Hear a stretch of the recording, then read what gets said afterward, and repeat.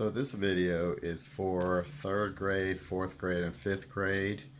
We're going to borrow bits and pieces of the video for the kindergarten through 2nd grade video, but we are going to also, after our exercise, create a still life. And so we're going to raise the difficulty level just a little bit so our 3rd, 4th, and 5th graders don't get too bored. So when you're organizing or positioning your items, try to make sure that you put the largest item in back.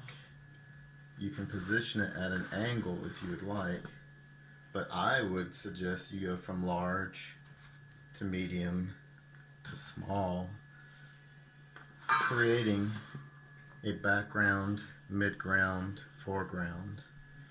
Another thing you can do, and I know we practiced drawing cans in the upright position, but if you're feeling a little daring, make sure that you position things in an unusual arrangement. If you take your largest item and put it in front, it's going to obstruct a lot of the objects in the back. So make sure if you have a large object like a cereal box, put it in the back. And just arrange it however you want. Keep in mind too that if you change the angle at which you look at these items, the shapes will change. So if you're looking down at a greater angle, you'll see different shapes. So this is the angle I'm going to choose for my still life, and I may move my can over so that it's overlapping other objects.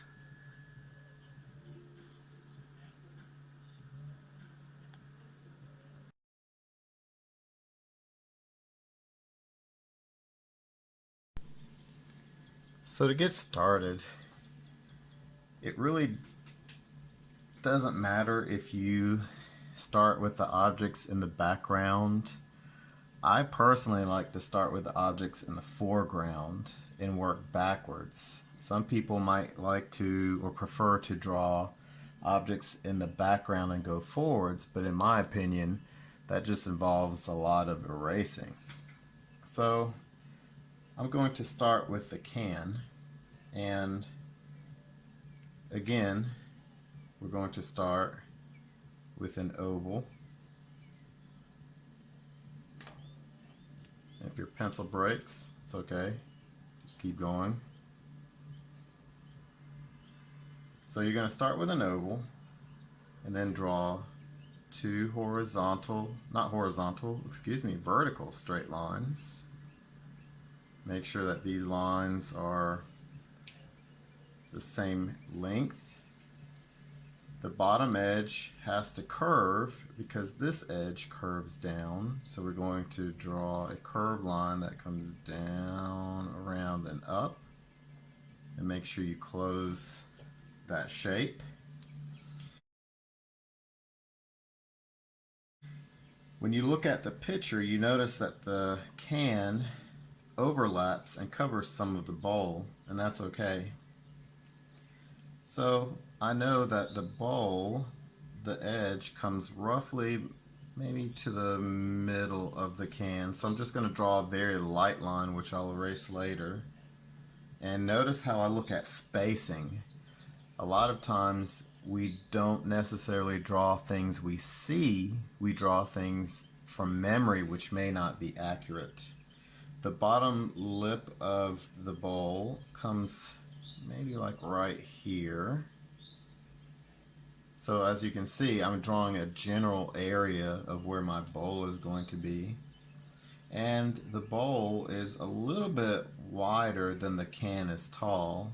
So if my can, notice I'm using my pencil as a measuring tool, if my can is this tall, my bowl, if I look at it, is about 1.5 times the length. So This is one length. Then if I divide this in half, my bowl would be right around here. So I know that my bowl will be in this general area, the top of the bowl. So I'm going to draw an oval.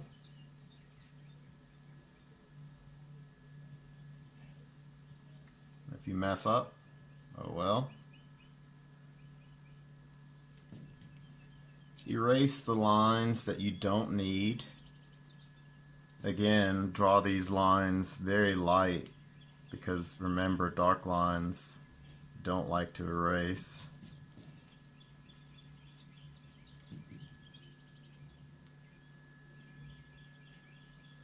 So my bowl has a very wide lip or top edge.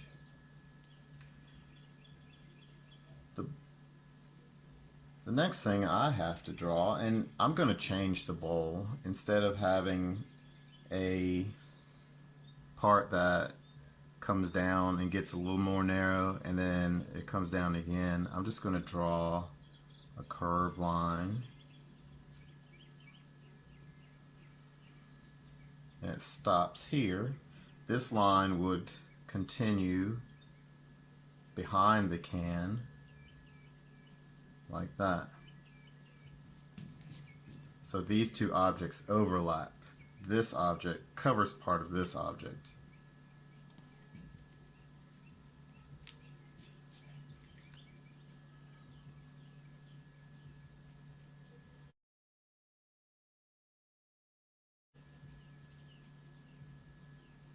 The cereal box. If you have made these two objects large, then you have to draw the box in proportion.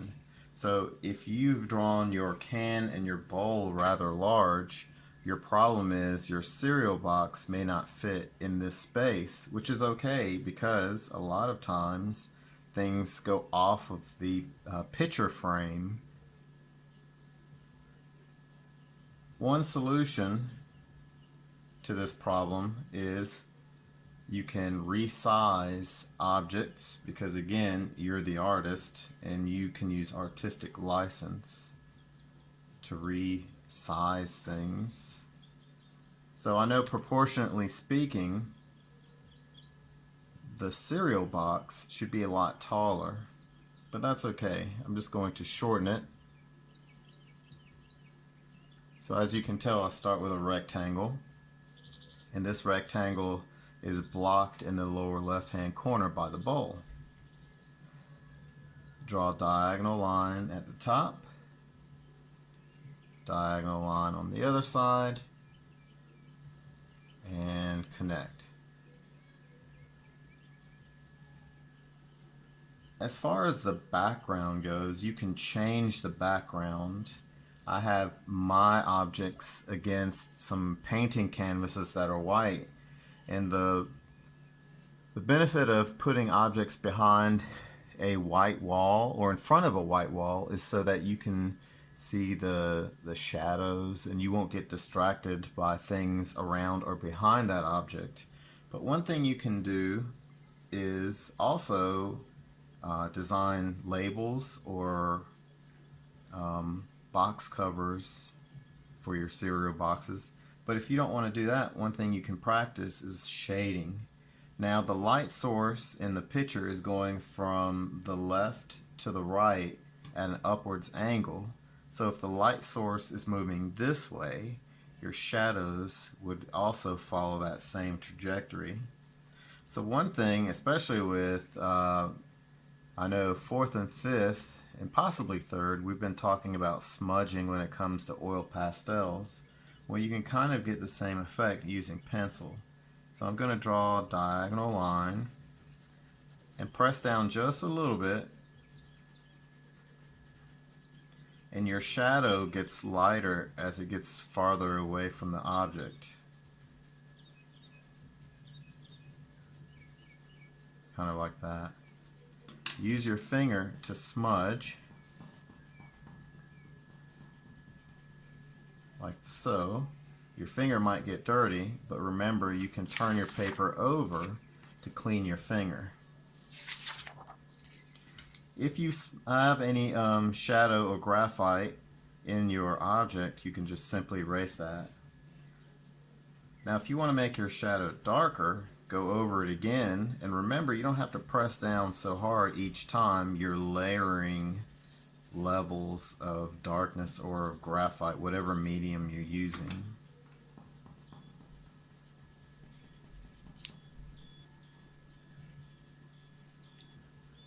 Kind of like so. And if you want to erase part of the shadow, and another neat tip is you can actually draw using your eraser. Kind of blend that line so it looks like it's gradually getting lighter. I have some dark areas here, kind of like this. And this might take a little bit of practice before you get that technique down. If I look at the picture, the bowl is casting a shadow on the box. So here's where my line, the top part of the shadow, will be. And again, you don't have to press down hard. You're going to add layers of shadow. And what I mean by that is, if you add a light layer, smudge it, and if you want it darker, you can add another light layer, and it's like adding layers. Eventually it will get darker, and you're going to keep repeating that process until your shadow gets as dark as you want it to get.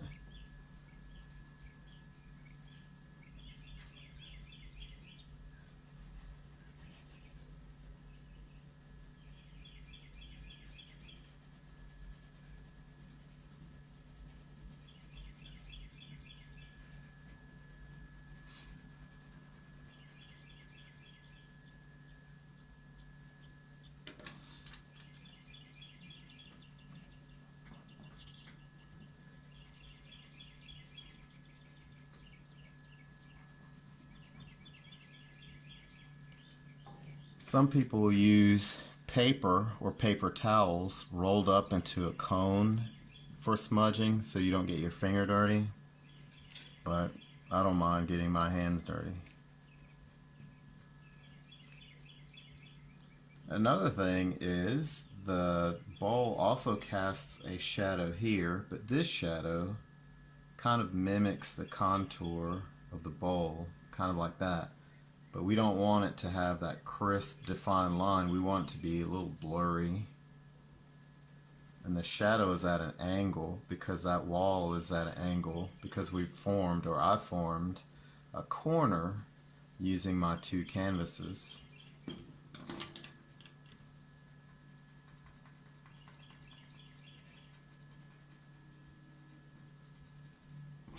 So I'm going to try to soften this line because I don't want it to be very well defined.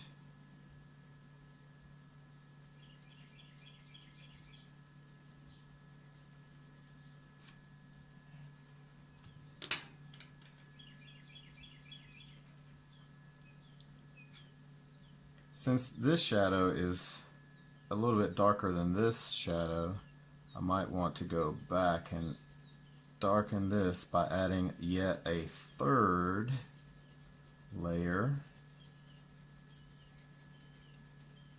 So this is the third time I've gone over this area with my pencil, and I'm not pressing down very hard at all.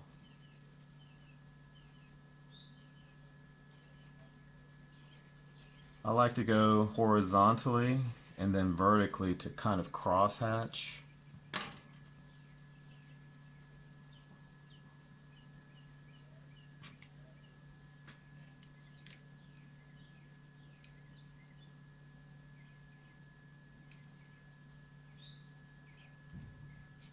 Kind of like that. The cereal box also casts a shadow. There is a line in the middle going up, and that's the edge of the corner. And then there's a diagonal line here. And then there's a diagonal line here. Now I know I'm changing some things because the edge of the canvas comes right here, but I don't want to draw that. Maybe this is the floor and this is the wall. It doesn't have to be um, a propped um, still life. So the box casts a diagonal shadow this way. And remember, my cereal box is not proportionate because it should be taller. And then it casts a shadow on the wall behind it. And this shadow is pretty dark because the object, i.e. the cereal box, is close to the wall.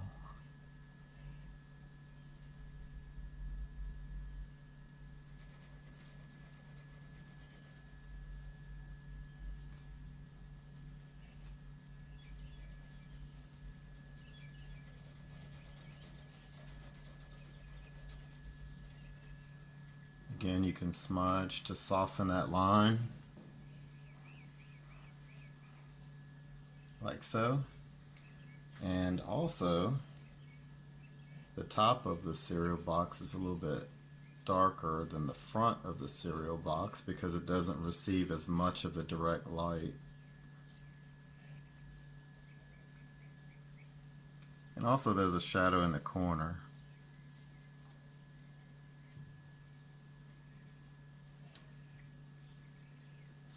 Now we can add details. For example, the can.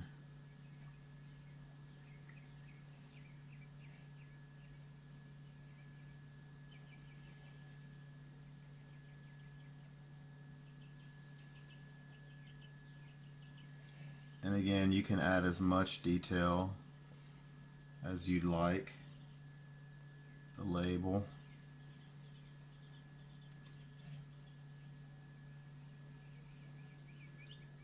And you can start adding shadows to the objects themselves.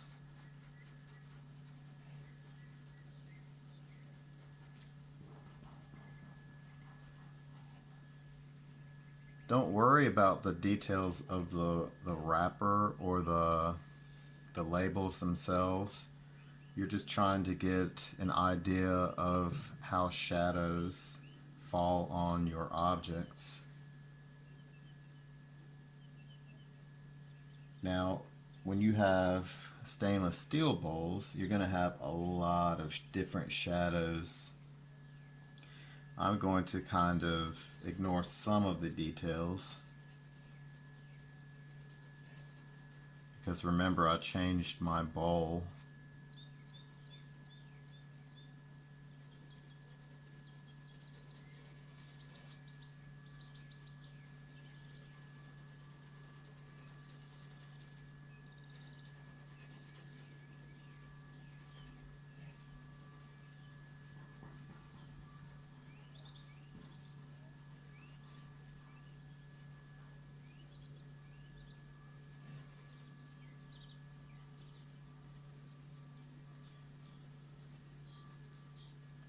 I think if I had to do this again, I would have picked a ceramic bowl. Something that's not quite so shiny.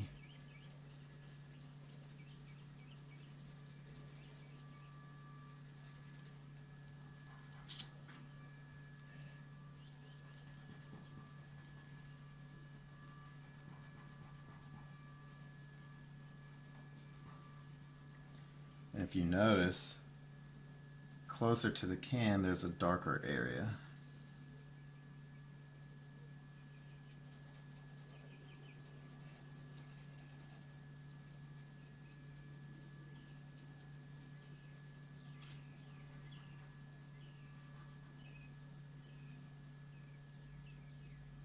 Inside the bowl, there's some shadows too.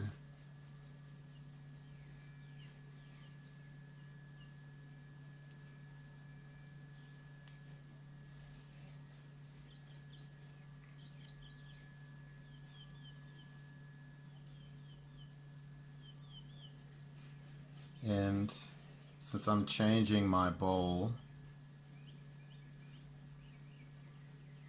I'm going to also change the inside.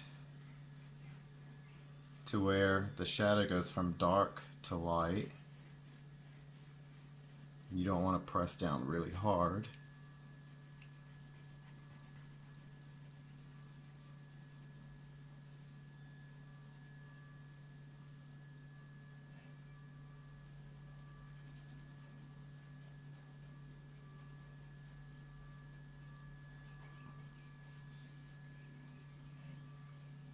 Kind of like that. That's good enough.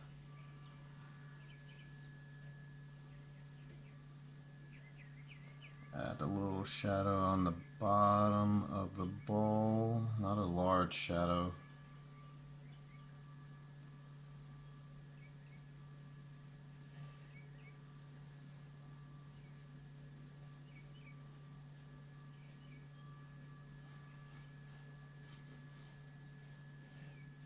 And there's also a shadow here.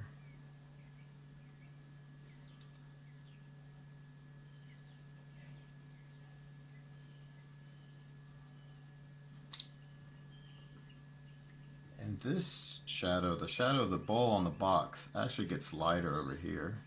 So to solve that, I'm going to take my eraser and not press down so hard, just a little bit.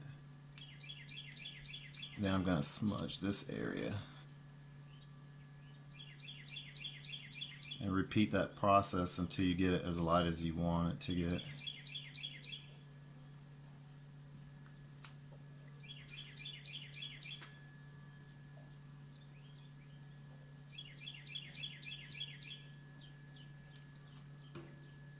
Kind of like that. I didn't add the video for kindergarten through second grade because if I had added the video to this video, it would have been a really, really large file. But I suggest you go and find the video for kindergarten through second grade and just practice before you set up your still life. And remember to have fun and be creative, and have a great day.